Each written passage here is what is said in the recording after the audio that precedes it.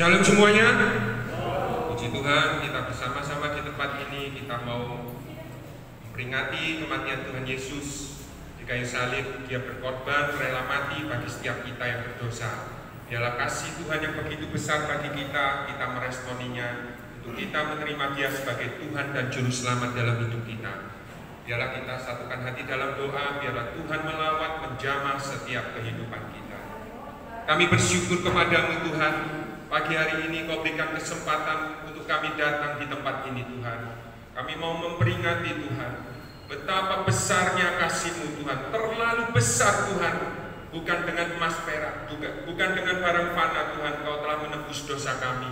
Dan kami mau meresponinya Tuhan.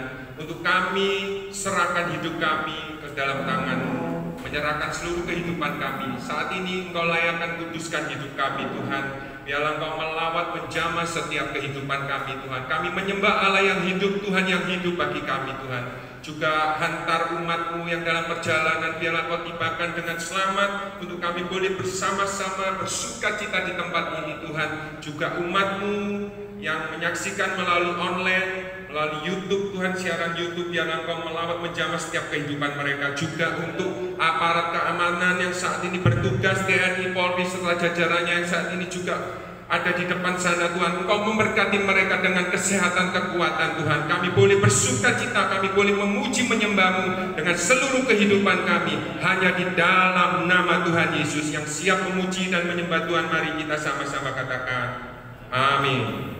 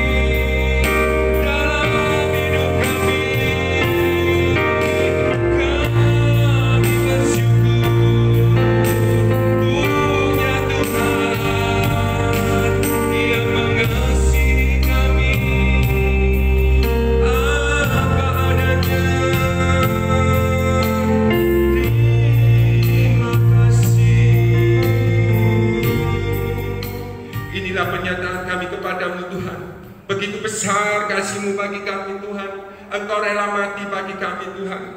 Ini hidup kami Tuhan.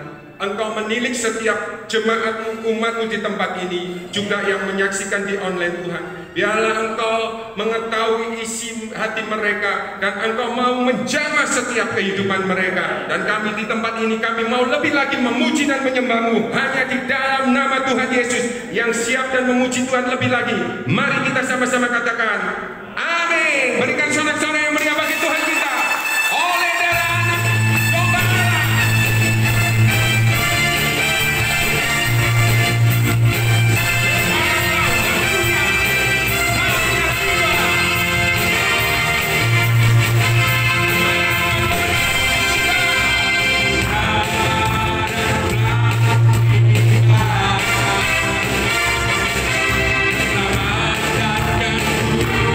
Pada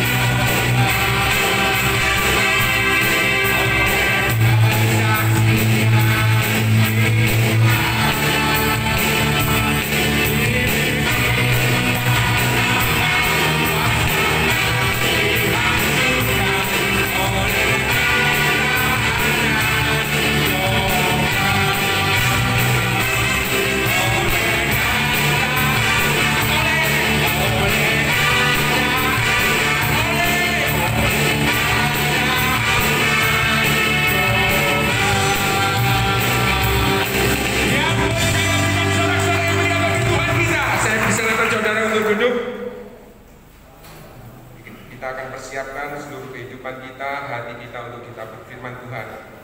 Kita memperingati perjamuan suci juga melambangkan tubuh dan darah Tuhan Yesus yang tercurah bagi setiap kita.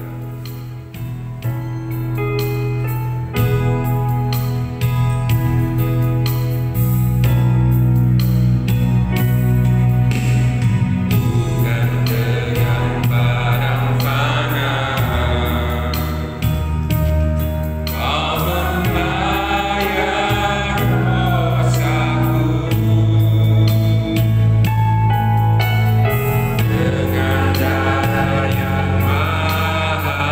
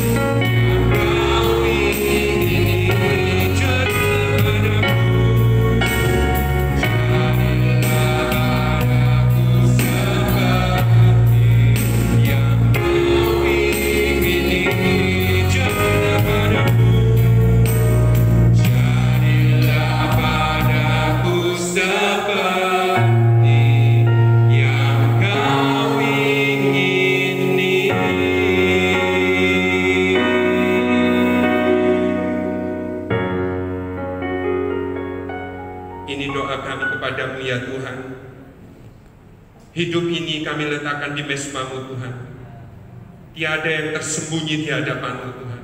Engkau mengerti setiap pergumulan, Engkau mengerti setiap tetesan air mata kami Tuhan. Engkau yang memperduli kami Tuhan. Hidup ini kami serahkan ke dalam tangan-Mu Tuhan. Engkau yang mengurapi setiap kami, Engkau yang memberikan kesehatan, kekuatan, penghiburan, damai, sejahtera, hal apapun juga yang dari surga tercurah bagi kami Tuhan. Tiba saatnya untuk kami ditabur oleh firman-Mu Tuhan. Urapi hamba-Mu, urapi kami semuanya. Kami mau memberikan hati kami untuk ditabur firman-Mu, dan kami mau mempertajam telinga kami untuk firman-Mu. Hanya di dalam nama Tuhan Yesus yang siap diberkati firman Tuhan, mari kita sama-sama katakan amin. Saudara silakan duduk, waktu dan tempat saya persilakan.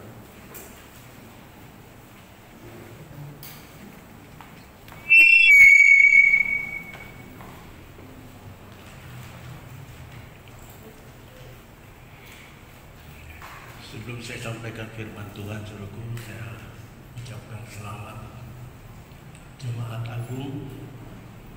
Ini adalah satu momen di mana keselamatan kita tersedia. Itu sebabnya Tuhan Yesus berkata, pada saat perjamuan suci ini kita lakukan itu untuk peringatan akan Tuhan Yesus yang telah mati buat kita. Dan biarlah hal itu senantiasa menjadi renungan kita, saudaraku. Bukan berarti Tuhan mengingatkan itu untuk supaya kita itu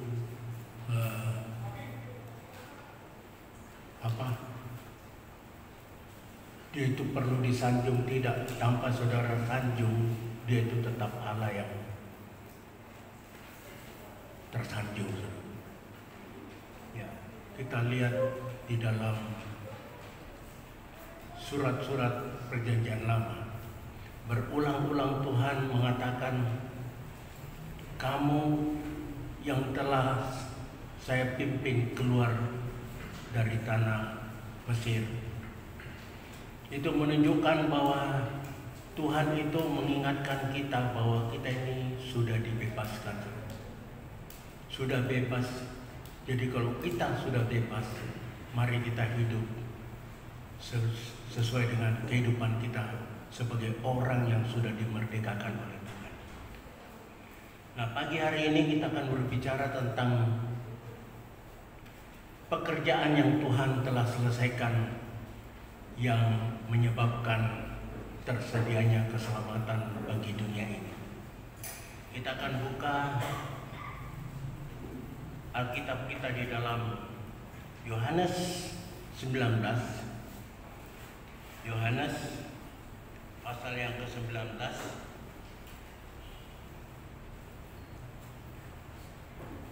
ayat yang ke-30.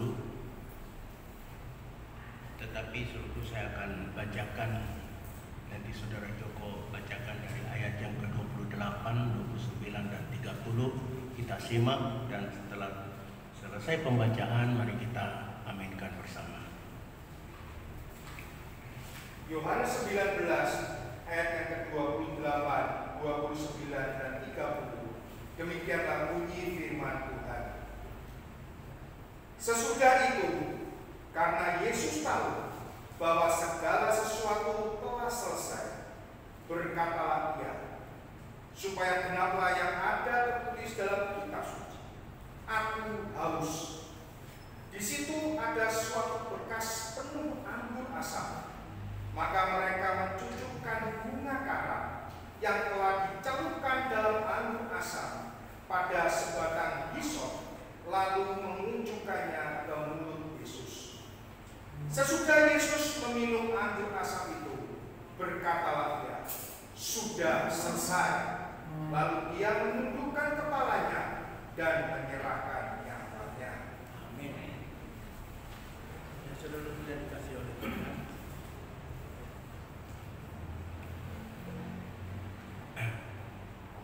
Kata-kata sudah selesai di sini menunjukkan bahwa Tuhan telah menyelesaikan seluruh rangkaian pekerjaan penyelamatan. Ya saudaraku, nah kalau kita mau melihat di ayat yang ke-28 di situ dikatakan setelah Tuhan Yesus melihat bahwa semuanya sudah selesai, ya Tuhan itu begitu perhatian. Jangan sampai karya penyelamatan itu dilakukan setengah-setengah. Tuhan mau lakukan itu dengan segenap hati. Ya, kita melihat dia di situ mengatakan setelah dia melihat hal itu sudah selesai, maka dia berseru, "Aku haus." Kata-kata ini saudaraku seringkali kita anggap ini hal yang biasa. Padahal ini saudaraku ada satu kejadian di mana orang yang dianiaya, orang yang mengalami penganiayaan sampai pada titik puncaknya, orang ini mengalami haus. Nah, di sini dapat kita melihat bahwa kata-kata "aku haus" di sini menunjukkan bahwa Tuhan melakukan karya penyelamatan ini dengan tuntas. Seluruh energi yang ada padanya itu terkuras habis, tiada lain untuk menebus dosa saya dan dosa saudara.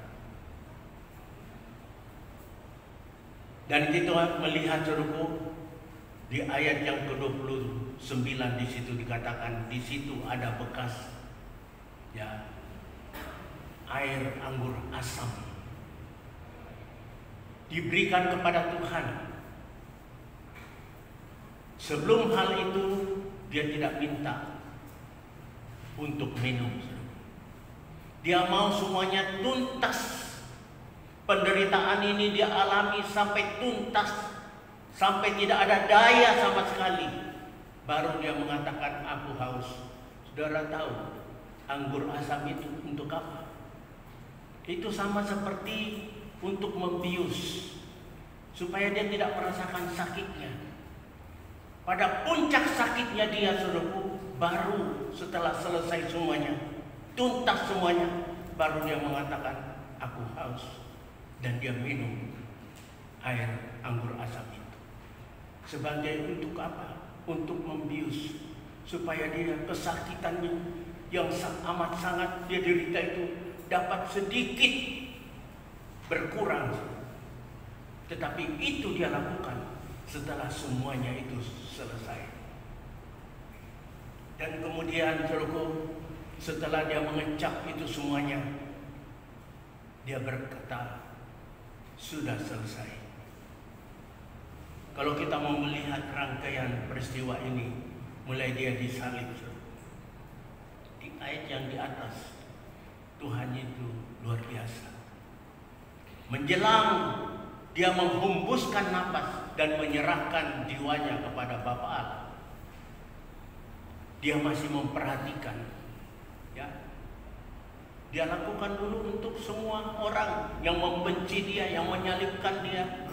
Saya dikirimi oleh saudara Joni, "Ampunilah mereka sebab mereka tidak tahu apa yang mereka perbuat."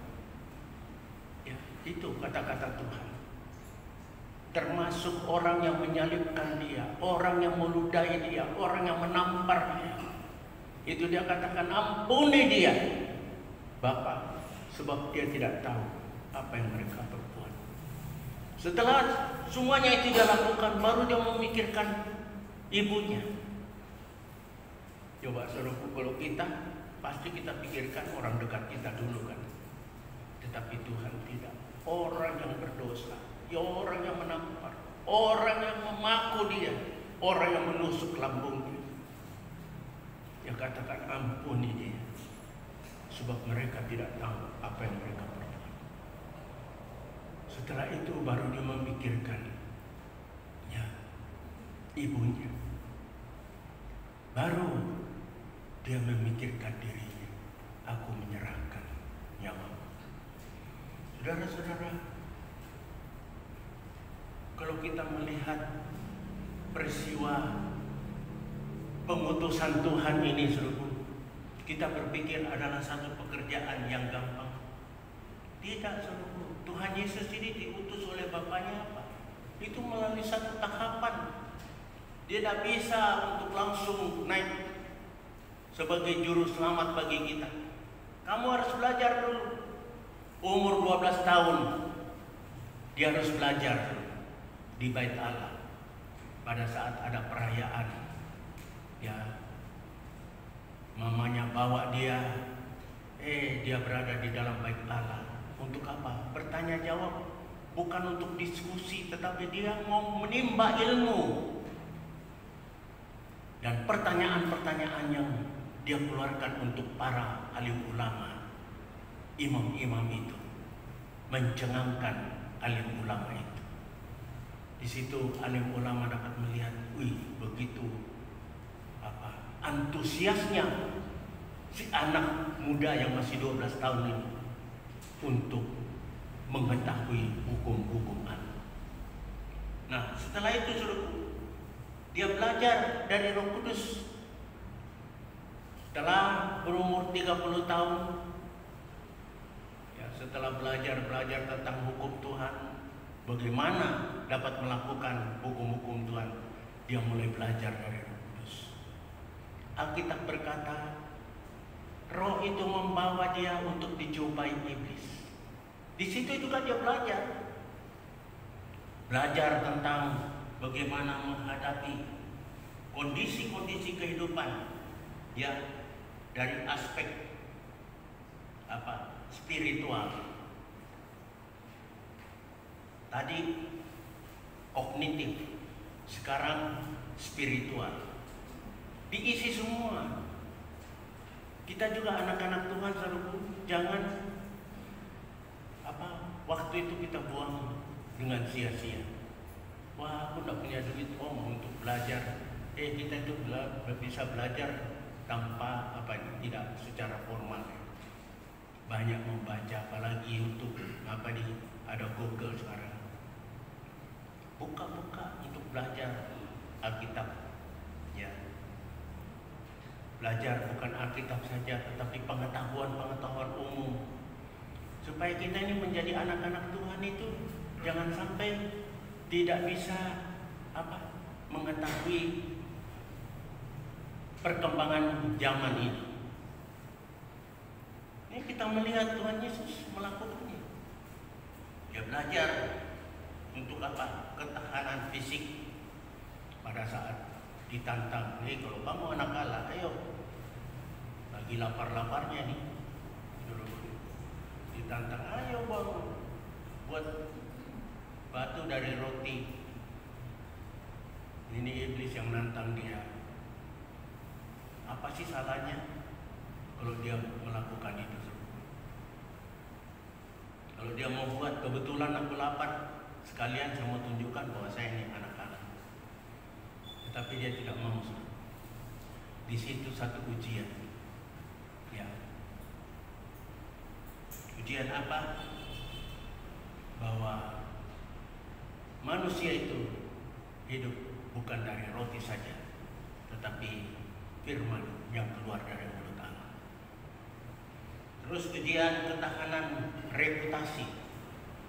Ditantang dia, ayo kamu naik.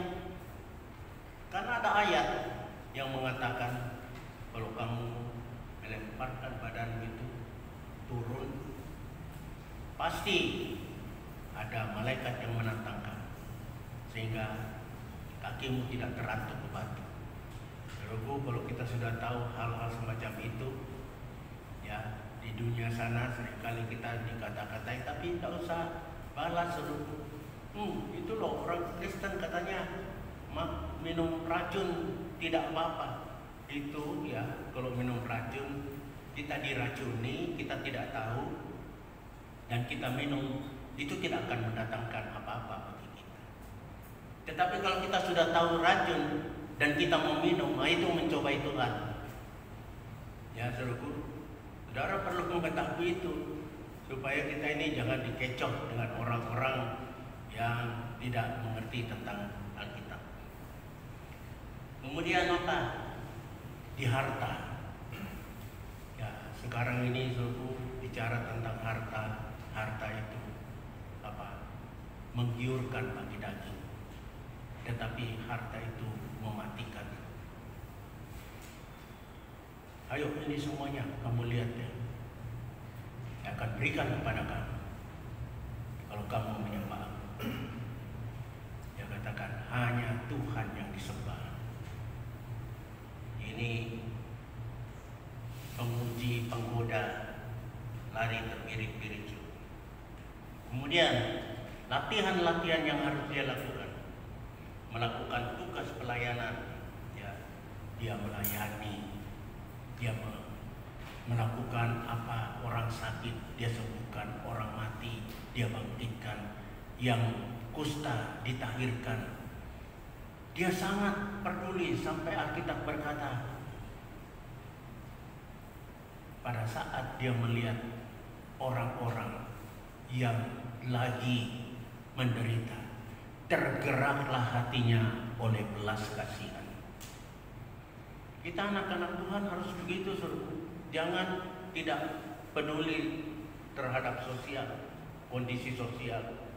Ya, orang kayak ini ya sudah. Ya, jangan sampai kita ini anak Tuhan ya mengharapkan bantuan aja. Kita yang harus membantu. Jangan Om khotbah gitu sudah Om. Ya saya tidak usah ngomong suruhku ya. Saya punya rezeki juga terbatas. Tetapi saya salurkan. Saya sebenarnya nggak mau ngomong gitu. Tapi saya salurkan. Lebih baik saya nggak punya apa-apa. Ya. Kadang-kadang saya bertentangan dengan tante. Tapi memang sifat itu sudah ada. Mama saya itu suruh ya bawa kami, saya dengan Tony itu masih kecil. Setiap dia lihat orang lagi papa gitu, sambil menangis dia keluarkan uang dari dompet. Itu yang membuat saya juga memiliki sifat seperti itu. Dan itu mama saya diajarkan oleh Tuhan. Mama saya itu sangat mencintai Tuhan. Ya. Jadi kita anak-anak Tuhan jangan sampai Alkitab ini jangan sampai meminta-minta.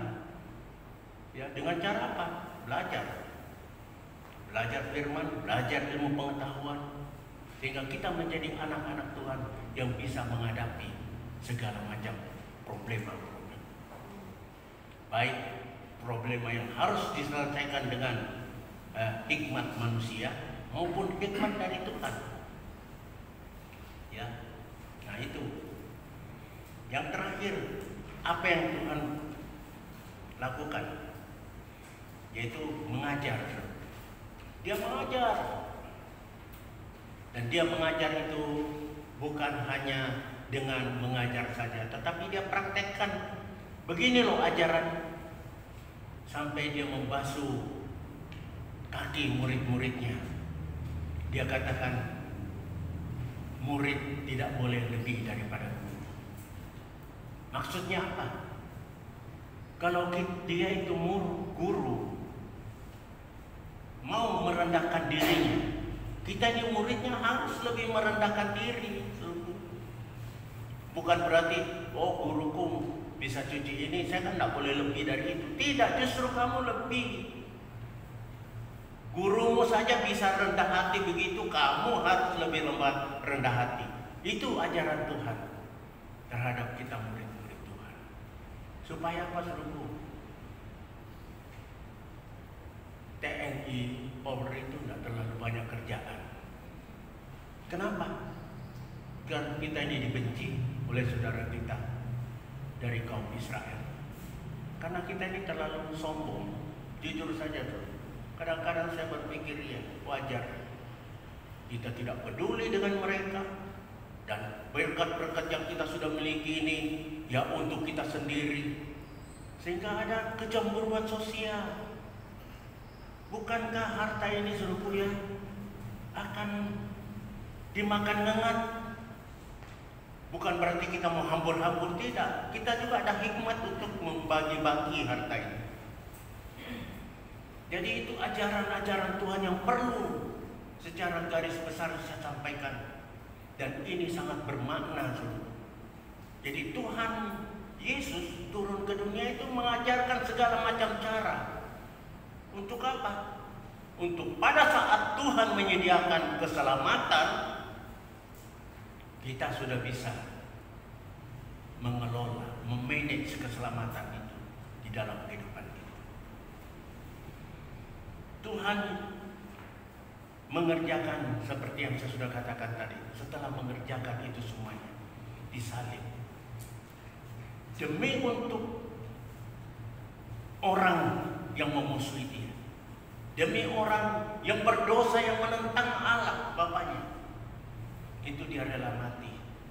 Dan setelah itu baru dia memikirkan kepentingan ibunya, baru dia memikirkan kepentingan dirinya. Aku haus. Sebelumnya tidak. Setelah semuanya itu selesai, baru dia pikirkan kepentingan diri. Nah, bagaimana dengan kita? Murid tidak boleh lebih daripada guru. Ya, kita harus begitu. Kita kalau memberi seluruh tidak sampai kita ini jadi melarat. Ada saja, tetapi jangan motifnya memberi supaya dapat berkat. Jangan. Diberkati atau tidak itu urusannya Tuhan deh. Tetapi tugas kita ini harus memperhatikan orang lain.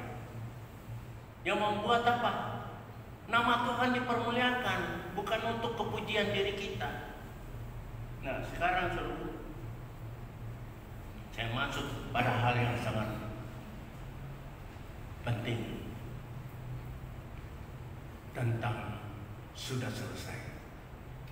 Setelah semuanya itu yang berkaitan dengan pelayanan Tuhan, untuk membuat kita ini dapat meneladani Dia, dapat menimba ilmu-ilmu, ajaran-ajaran yang telah ditinggalkan kepada kita.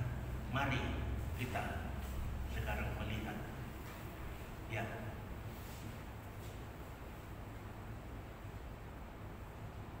tugas pekerjaan yang sudah Tuhan selesaikan bertujuan untuk memulihkan seluruh sendi-sendi kehidupan kita. Ya, yang sudah diselesaikan mulai dari saya katakan tadi, dia belajar ya di bait Allah. Kemudian dia belajar untuk mengolah dirinya. Dia menjadi guru, dia menjadi hamba. Semua dia lakukan untuk kita ini dapat meneladani kehidupannya. Dan pekerjaan-pekerjaan yang Tuhan lakukan itu seluruh, itu semuanya bermanfaat bagi kehidupan kita. Satu, apa? Dia menghapus dosa saya dan saudara, menghapus dosa dunia. Saudara tahu, manusia sebelum dosanya dihapus, tidak mungkin dia bersekutu dengan Allah. Ya, tidak mungkin dia mencari Allah. Makanya Alkitab itu seringkali kalau kita tidak belajar betul-betul, ya, ada yang mengatakan carilah Allah sementara ia berkenan ditemui. Di satu sisi dikatakan tidak ada seorang pun yang mencari Allah. Nah, terus kalau kita tidak mengerti, lah Tuhan kan sudah bilang tidak ada seorang pun yang bisa, yang mau mencari Allah. Kenapa saya disuruh mencari Allah? Allah aja yang cari saya. Kita tidak tahu, saudaraku, ya. Setelah Adam dan Hawa yang telanjang disamperin Allah, dia sembunyi. Sekarang dia bisa bertemu dengan Tuhan. Karena apa? Ketelanjangan sudah ditutupi. Kulit binatang sebagai alat pakaian untuk menutup ketelanjangan kita, menutupi dosa-dosa kita, sehingga kita ini dapat bertemu dengan Tuhan, dapat mencari Allah. Ya, ini harusnya suruhku Kalau kita ini tidak bisa mencari Allah, saudara tanya diri, apakah dosaku ini sudah ditebus? Pasti dosa yang sudah ditebus itu saudara buat lagi dan saudara tidak minta ampun. Nah, itu yang membuat, coba saudara kalau berbuat salah, nggak berani kan ketemu dengan orang yang saudara lakukan kesalahan padanya. Begitu juga dengan kita, sudah ditebus dosa kita, sudah dihapus dosa kita. Lihatlah anak domba Allah yang menghapus dosa dunia. Tidak ada, semuanya tidak ada terkecuali. Semua mau menentang dia, mau menolak dia, mau menghujat dia, dosanya sudah dihapus. Itu sebabnya semua manusia sekarang ini mencari Allah. Ada yang pergi ke kuil-kuil, ada yang pergi ke Mekah. Tetapi saudara perlu ketahui, roh kita yang sudah hidup ini harus kita beritahu pada orang lain untuk mencari Allah. Satu-satunya jalan yaitu melalui Tuhan Yesus, karena Dia adalah jalan, kebenaran, dan hidup. Itu yang harus kita. Nah, saudaraku, apa yang terakhir yang Tuhan lakukan sampai Tuhan mengatakan selesai? Kita yang sudah dihapus ini dosa, terbebas manusia dari hukum Taurat. Hukum Taurat itu tidak bisa menuntut lagi kita. Saya sudah sering kali memberikan ilustrasi, saudaraku. Kita ini seperti begini. Hukum Taurat itu tidak mampu kita lakukan, tetapi hukum Taurat itu berlaku terus. Kematian Tuhan tidak membatalkan, tetapi menggenapi hukum Taurat. Ya. Nah, hukum Taurat itu masih berlaku. Kita tidak mampu untuk melakukan. Bagaimana caranya? Kita yang sudah dihapus dosa itu masuk seperti Tuhan Yesus itu tank anti rudal. Ya, kita masuk di dalamnya. Hukum Taurat itu seperti rudal. Dia tembakkan ke kita, tetapi kena tank yang kita ada di dalamnya. Amankan kita. Nah, begitu sebabnya Tuhan berkata, marilah kepadaku hai yang letih, lesu, dan berbeban berat. Ini bukan berbicara tentang orang yang keberatan dengan dosa, saudara, tetapi orang yang melakukan hukum Taurat jatuh, melakukan lagi, jatuh lagi, bangun, jatuh lagi, bangun, jatuh lagi. Dan Tuhan berkata, marilah kepadaku. Ya. Jadi saudaraku yang dikasih oleh Tuhan, kita sudah terbebas. Itu sebabnya harus di dalam Tuhan terus. Kalau tidak, kita tidak mampu loh melakukan hukum Taurat. Marilah kepadaku, undangan itu mari kita sikapi, datang kepadanya. Pada saat Tuhan berkata, pikulku, hukum Taurat itu. Nah, Dia berpasangan dengan kita. Dia yang mengemban tugas yang lebih berat. Kita ini cuma ngikutin saja. Kurang apa? Selanjutnya, manusia berdamai dengan Allah. Ya, saudaraku, kalau kita ini ngata-ngatain, nggak usah dengan presiden, dengan RT saja. Misalnya saya maki-maki kamu, bego, nggak becus bekerja. Setelah itu saya berkata, Pak, berdamai. Kalau inisiatif berdamai dari saya, tidak akan terjadi. Kalau dia mengatakan oke, dia sambut perdamaian itu. Nah, ini seluruh Allah yang berinisiatif untuk berdamai dengan kita. Enggak mau saudara berdamai dengan Dia. Kalau kita mau berdamai dengan Dia, kita tinggalkan segala dosa-dosa kita. Hidup kita yang lama kutinggalkan dengan cara hidup yang baru. Itu kematian Tuhan itu memberi kemampuan bagi kita untuk berdamai dengan Allah. Ya, apalagi Allah suruh. Saya katakan RT saja, kalau bukan inisiatif dari dia untuk berdamai, maafkan saya Pak RT, saya sudah mengata-ngata yang tadi. Kalau dia tidak sambut, tetap dulu. Kita mau datang, Pak RT saya mau minta surat. Enggak, saya anggap kamu penduduk gelap. Nah, apalagi Tuhan. Ya, RT saja inisiatif dari dia. Ini Allah berinisiatif untuk menciptakan perdamaian. Mari kita sambut perdamaian yang Tuhan telah berikan melalui korban anaknya. Kita melihat akhir zaman. Saya tidak mengatakan sudah dekat, tetapi ini adalah tanda-tanda. Ayo kita sikapi. Kita ini bisa saja Tuhan datang, atau kita yang harus berangkat. Amin, berangkat. Bisa saja tuh. Kita tidak duga, tahu-tahu ada orang yang khotbah lewat. Ya.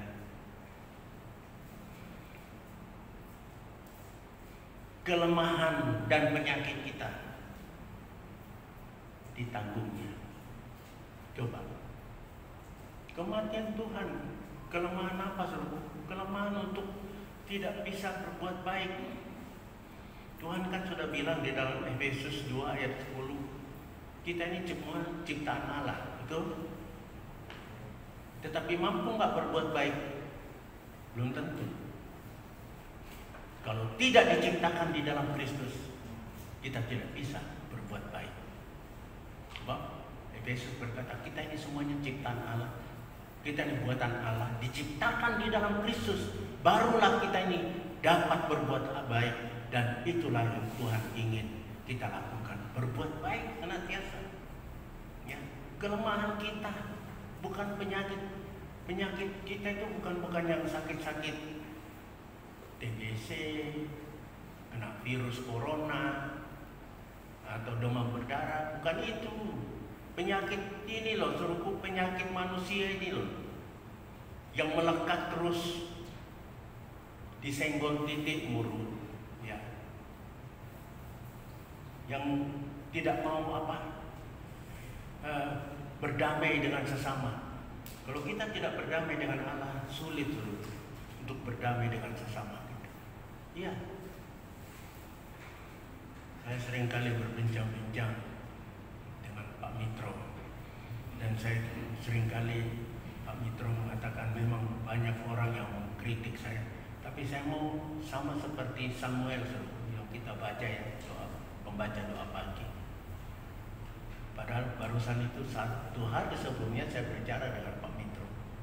Tunjukkan apa kelemahan saya, sehingga kalian itu tidak senang dengan saya. Pernah saya ngemplang duit, pinjam duit, tidak bayar.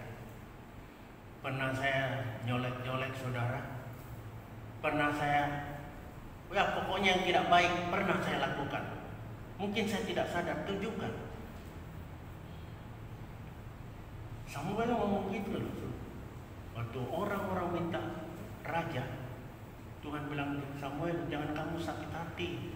Yang ditolak itu bukan kamu, saya. Samuel bilang, saya pernah berbuat apa? Pernah ambil kambingmu, enggak saya kembalikan. Begitu juga suruhku ya, kita ini harus saling support. Saya bukan orang sempurna, ada kelemahan. Ayo support. Kita harus saling mendukung sesama anak-anak Tuhan. Saya punya label ini hanya gereja aja yang menentukan, tetapi sebenarnya di mata Tuhan kita itu selevel semuanya. Sama, saling mendukung, saling menopang, saling mendorong untuk kemajuan kita bersama. Nah, tertikam dan diremukkan demi keselamatan kita. Coba kita melihat itu, tertikam. Orang memikir, wah dia ini terkutuk karena dirinya, padahal dia tertikam oleh karena pelanggaran kita.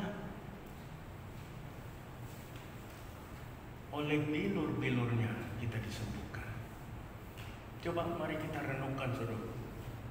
Saya sudah katakan dari pertama tadi, kenapa Tuhan berulang-ulang mengungkit-ungkit?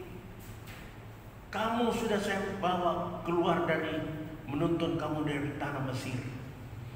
Saya mau beritahu saudara, itu 9 tulah yang Tuhan turunkan itu kekuatan dari Tuhan. Tidak mampu membuat orang Israel itu bebas dari perhambaan Firaun Mesir. Ini menunjukkan bahwa kita ini tidak bisa lepas, saudara. Tuhan itu tidak mau mengingkari keadilannya.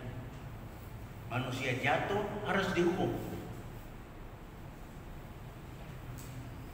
Betapapun Tuhan berusaha dengan 9 tulah tidak mampu untuk membuat orang Israel ini terbebas dari kungkungan Firaun. Nah, begitu juga dengan kita. Kita ini tidak bisa lepas dari kungkungan dosa iblis. Kita ini berada di bawah kekuasaan iblis, tetapi oleh karena anugerah Tuhan, ya, Dia harus menggenapi keadilannya. Dengan Dia yang harus dihukum. Ya, karena manusia berdosa harus dihukum, harus mati karena dosanya. Sekarang Dia tidak mau kita mati. Dia mau kita tetap hidup. Dia yang mati menggantikan kita. Kenapa Dia bisa melakukan itu?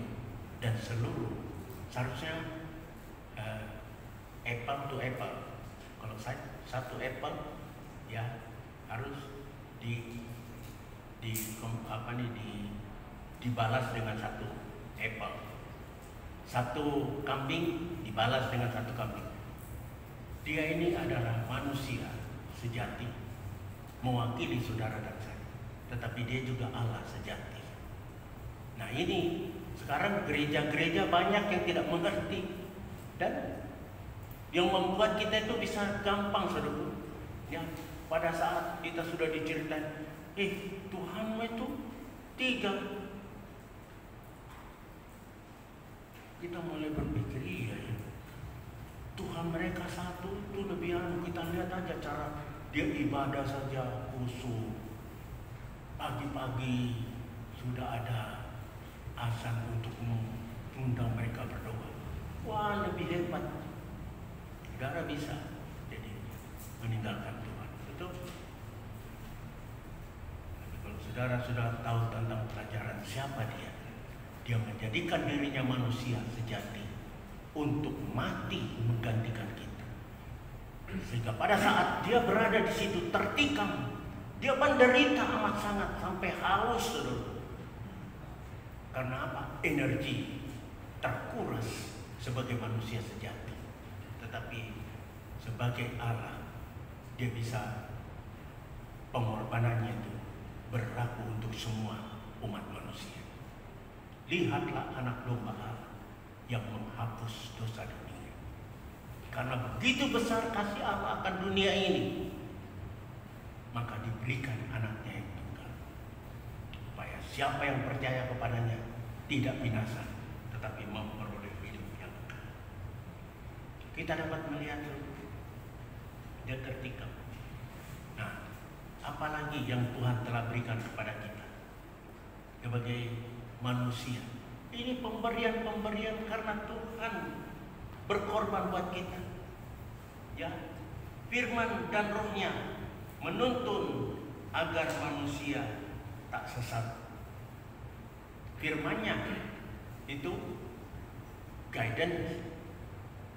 Roh Kudus adalah guide-nya. Tahu nggak? Firman Tuhan itu adalah petunjuk. Roh Kudus itu adalah yang akan menunjukkan bagaimana kita harus menjalani petunjuk ini. Ya, dan dalam istilahnya ini firman Tuhan adalah guidance. Roh Kudus itu adalah guide-nya yang menuntun kita, menasehati kita, menunjukkan kita tentang dosa. Kita seringkali sebagai anak Tuhan saja tidak sadar bahwa kita ini telah berbuat dosa. Tetapi kalau Roh Kudus ada di dalam diri kita, apa-apa yang sekecil apapun dosa itu, cepat kita sadari dan kita berkata, Tuhan ampun. Saya sering seperti itu, saudara. Ya, makanya kalau saudara banyak bergaul dengan saya seperti orang gila, seringkali, aduh Tuhan ampun, Tuhan. Gak apa-apa, kadang-kadang pikiran mulai ngelantur, perasaan ngelantur. Betul, belum dalam tinjauan, tetapi Tuhan sudah mulai berkata, itu belum dosa, ya. Tetapi kalau kita biarkan menjadi tindakan, menjadi dosa. Kan Tuhan sudah bilang sama Kain, dosa sudah mengintip loh. Jengkel dia sama adiknya.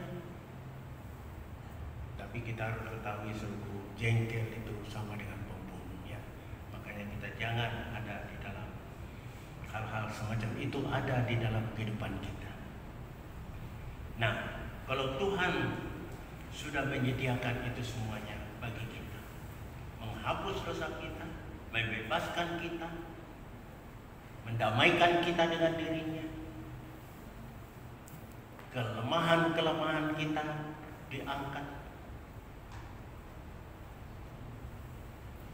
terjadi keselamatan oleh karena korbannya, dan firman-Nya serta Roh Kudus adalah penuntun ke jalan kebenaran dan hidup.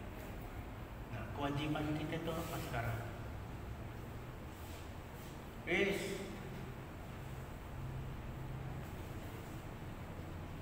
Semua sudah tersedia kok. Saudaraku, saya mau beritahu ya, kalau di sini kita adakan makan besar siang ini, ada orang bawa makanan, ayo kita makan lunch bersama-sama, makanan lezat-lezat semuanya. Ada orang yang kirimin, tak tahu saudaranya lihat saudara tidak nikmati, bisa kenyang nggak saudara? Nggak bisa kan? Begitu juga apa-apa ini, ya. Ini Tuhan sudah sediakan bagi kita. Kewajiban kita kan percaya kepada Tuhan. Ya, barang siapa percaya kepadanya, semua itu already given to all of us. Tuhan telah menyediakan semuanya, diberikan kepada kita semuanya. Tetapi kita we just need to believe it. Kita hanya membutuhkan untuk percaya kepada. Nah, orang yang percaya itu, kata Yakobus, enggak percaya toh bertindak. Percaya, iman harus disertai dengan tindakan. Tindakan apa?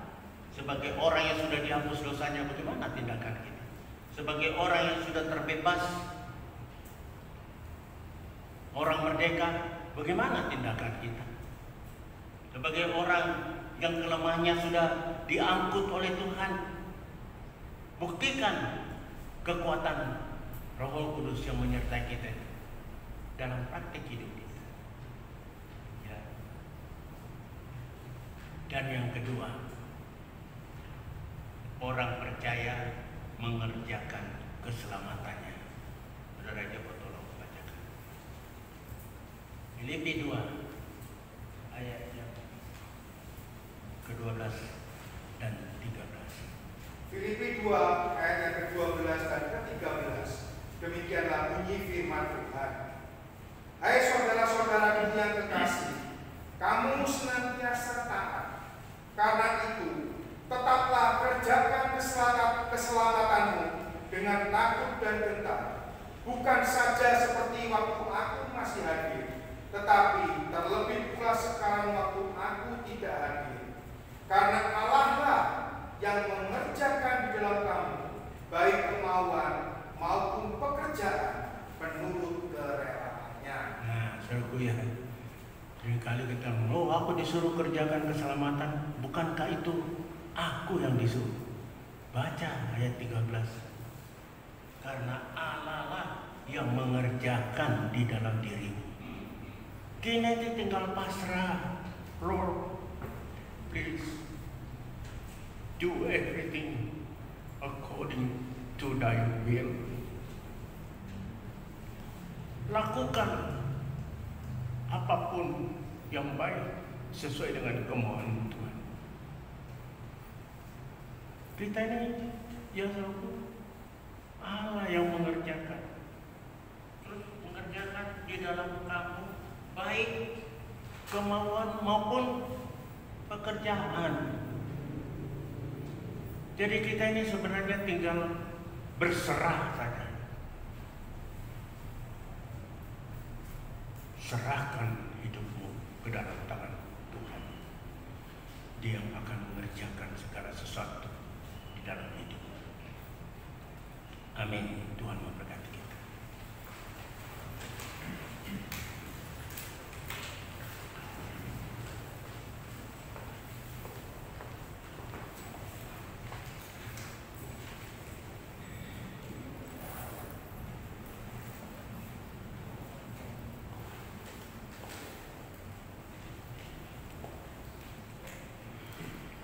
Saudara duduk saja. Saya akan menyanyikan dan saudara renungkan. Dan setelah dapat mengikuti, mari kita nyanyikan bersama.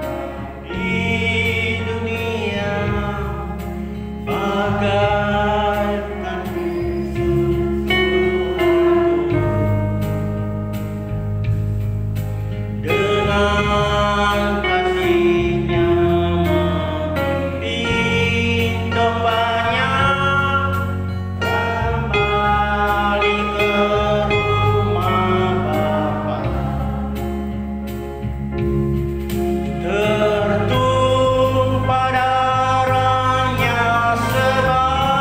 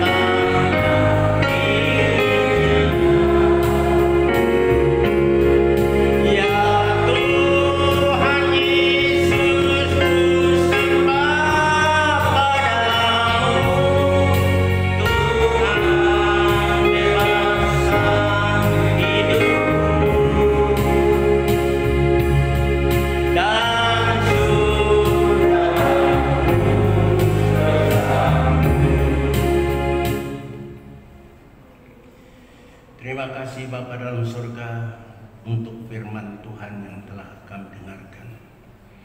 Tuhan telah selesai melakukan itu semuanya, dan pekerjaan yang Tuhan selesaikan itu memampukan kami hidup benar di hadapan Tuhan. Jadi pengorbanan Tuhan bukan hanya menyediakan keselamatan saja, tetapi juga memberikan kemampuan bagi kami untuk mengerjakan keselamatan itu yang Tuhan telah anugerahkan dalam hidup kami. Itu sebabnya Tuhan, mari kami mau percaya kepada Tuhan. Mari kamu kerjakan keselamatan yang Tuhan telah berikan, karena Tuhan jualah yang bekerja di dalam hidup kami, baik itu kemampuan maupun pekerjaan. Terima kasih Tuhan. Hamba yakin firman Tuhan yang telah kami dengarkan itu akan menjadi renungan bagi kami, betapa besarnya kasih Allah akan kami, sehingga dikorbankan anak yang tunggal untuk menebus kami, supaya kami tidak masuk di dalam kebinasaan yang kekal, tetapi memperoleh hidup yang kekal apabila kami percaya kepada Tuhan Yesus. Pakai kedua saudara kami, saudara Agus dan saudara Matius, yang akan menyalurkan roti dan anggur sebagai simbol dari tubuh dan darah Tuhan. Biarlah perjamuan suci ini menjadi ingatan bagi kami. Setiap kami melakukannya, teringat akan korban pekerjaan yang sudah selesai, yang menyediakan keselamatan, dan bukan itu saja, tetapi memampukan kami untuk memelihara dan mengerjakan keselamatan dalam diri kami. Terima kasih Tuhan, terima kasih. Segala puji hormat syukur kami naikkan kepada Bapa dalam surga, dalam nama Tuhan Yesus hamba mohon ini semuanya. Amin.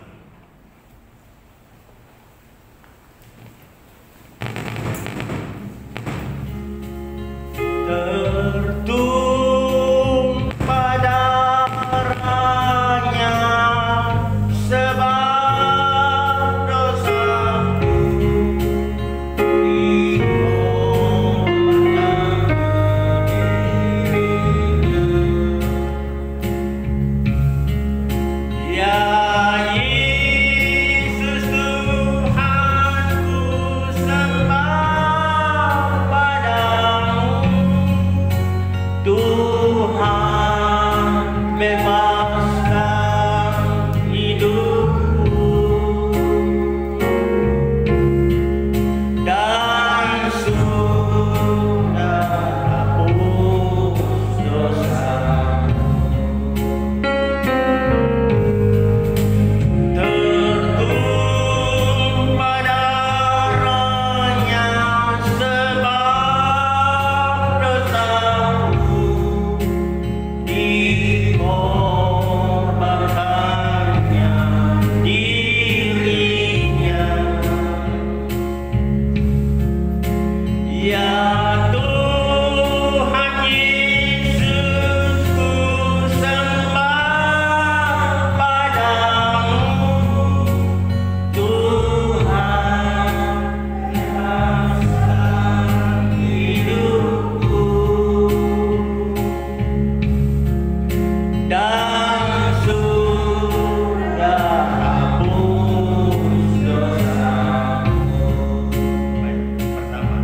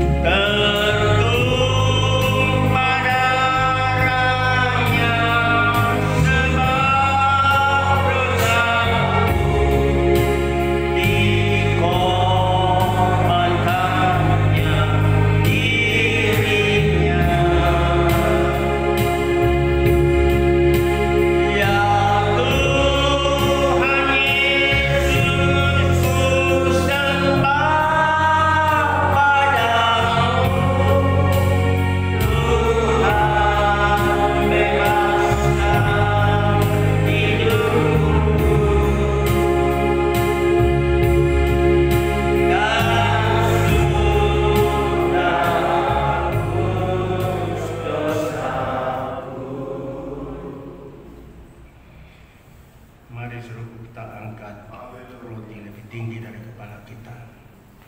Dan mari kita masuk di dalam doa. Terima kasih Tuhan. Tuhan sudah menyelesaikan segala karya keselamatan. Dan kami tinggal memeliharanya dengan mengerjakan dalam hidup kami dengan takut dan gentar kepada Tuhan. Dengan demikian Engkau sendiri yang akan bekerja di dalam kehidupan kami dalam mengerjakan keselamatan itu, sehingga akan menjadi kenyataan. Kami tidak masuk di dalam kematian kekal, tetapi hidup bersama-sama dengan Tuhan sampai selama-lamanya. Terima kasih Bapa, terima kasih. Saudaraku yang dikasihi oleh Tuhan, dengarkan firman Tuhan.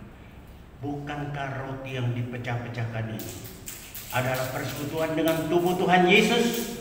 Amin. Dalam nama Tuhan Yesus, mari kita makan bersama.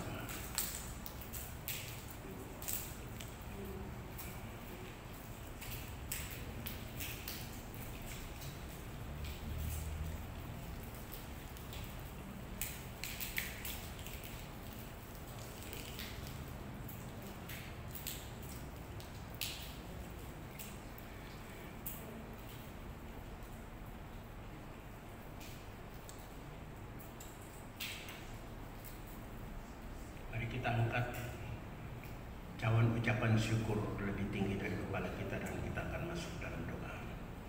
Begitu juga darah tercurah untuk memperdamaikan kami dengan Bapa di surga, sehingga kami layak menghampiri hadirat-Mu yang kudus, Tuhan.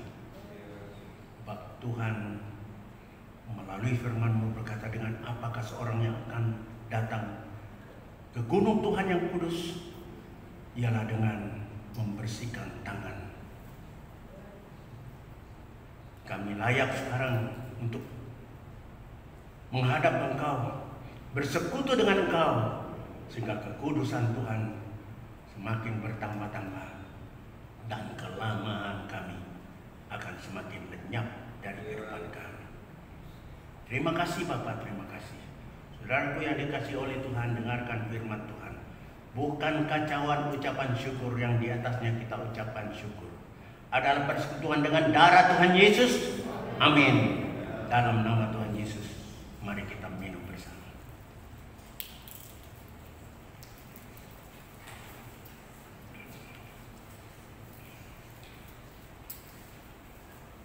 Terima kasih Bapa dalam surga untuk peringatan akan kebaikan-Mu, atas korban-Mu, atas kasih-Mu. Kami tidak dapat membalas kebaikan Tuhan. Satu hal di hadapan-Mu kami berjanji, Tuhan, akan setia, akan mengiringi Engkau, karena Tuhan telah memberikan kekuatan bagi kami. Terima kasih Tuhan Yesus, terima kasih. Terima kasih. Pagi ini hamba berdoa untuk bangsa kami, Presiden sebagai pimpinan negara, Tuhan berikan hikmat dengan wakilnya untuk dapat mensejahterakan rakyat Indonesia, menciptakan keadilan sosial bagi seluruh rakyat Indonesia, sehingga secara bebas masing-masing kami, apapun agama kami secara bebas untuk melakukan ibadah dengan tenang. Berkati juga saudara-saudara kami yang melakukan ibadah pada hari ini. Hamba-hamba-Mu Tuhan, urapi mereka.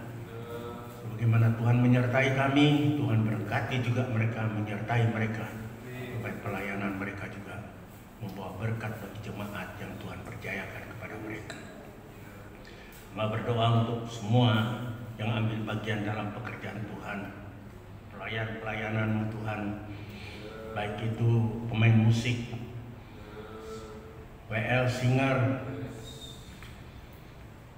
gugus tugas, multimedia, usher, semuanya kami serahkan dalam tangan Tuhan. Kami yakin apa yang kami lakukan, karena kami lakukannya dengan mengasihi Engkau. Jerih lelah kami tidak sia-sia. Tuhan, sebagaimana Tuhan telah menghantar jemaat Tuhan dengan selamat, hamba yakin Tuhan juga akan mengantar mereka pulang dengan selamat. Bahkan Tuhan akan sertai dengan berkat-berkat jasmani berkat Tuhan. Itu sebabnya hamba, perkenankan hamba menyampaikan berkat ini kepada jemaat-Mu Tuhan. Kiranya berkat dari Allah Bapa, cinta kasih Tuhan Yesus dalam persekutuan dengan Roh Kudus akan melimpahi kita dengan berkat-berkat jasmani, berkat hikmat dari surga untuk membuat kami kuat berjalan di tengah dunia yang gelap ini. Dalam nama Tuhan Yesus, hamba mohon ini semuanya. Bersama kita mengatakan amin. Selamat pagi, Tuhan memberkati kita.